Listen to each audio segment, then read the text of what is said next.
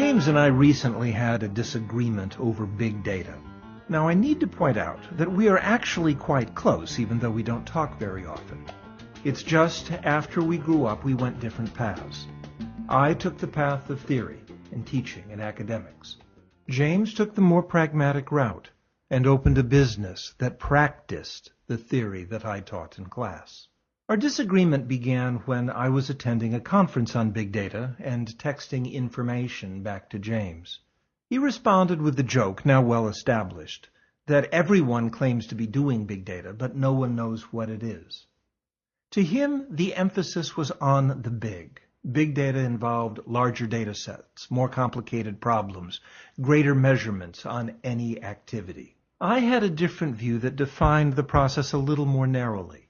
I accepted that the data sets for big data were massively large, but I argued that they needed to be distributed and dynamic, and that the current research was trying to do conventional statistics on a very diverse and active data structure. At some point I had to concede that conventional statistics wasn't quite the right term, as conventional statistics is designed for much smaller sets of data. The underlying statistical model comes from the work of John Tukey. Almost 40 years ago, Tukey wrote a pair of books on a subject he called exploratory data analysis. These books, sometimes nicknamed Pink Death and Green Death because of the difficulty they present to the reader, provide some of the key ideas of big data.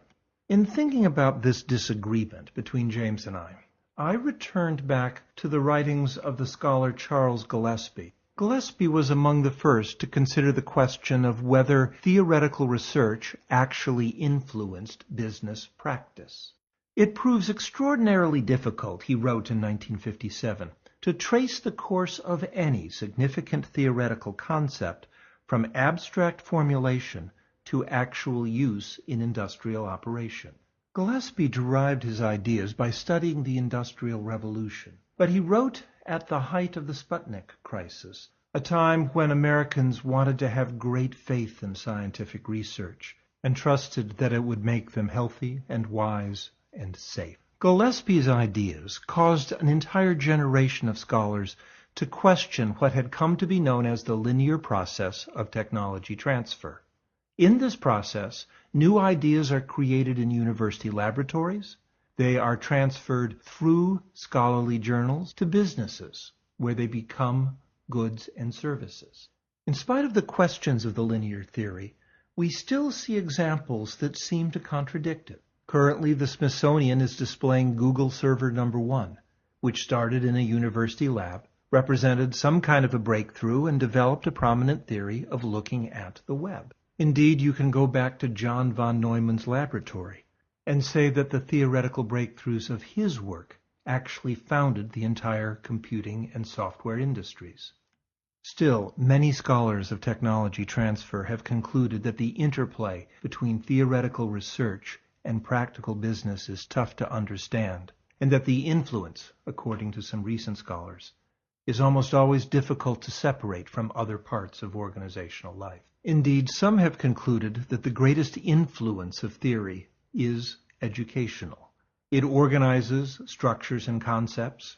It provides a common language for describing technical phenomena and a common way of manipulating technical objects. Sometimes its most successful role is actually in explaining what a technical industry is doing. The scientific development of an industry, Gillespie concluded, is measured not by the degree to which the new theory is used to change it, but by the extent to which science can explain that industry theoretically. We still don't have an answer for the question that separated James and me. Big data may ultimately prove, as James thinks, to be nothing more than an odd collection of ideas and methods that are used in business for the ever-increasing pile of data that is being accumulated. On the other hand, it may be a fairly narrow technical field that focuses on getting certain kinds of answers from large distributed databases. Either way, there's going to be a conversation over the next 18 or 24 months. A conversation between practice and theory. And at the end of the day, the field will be better because of it. This is David Alan Grier. Take care.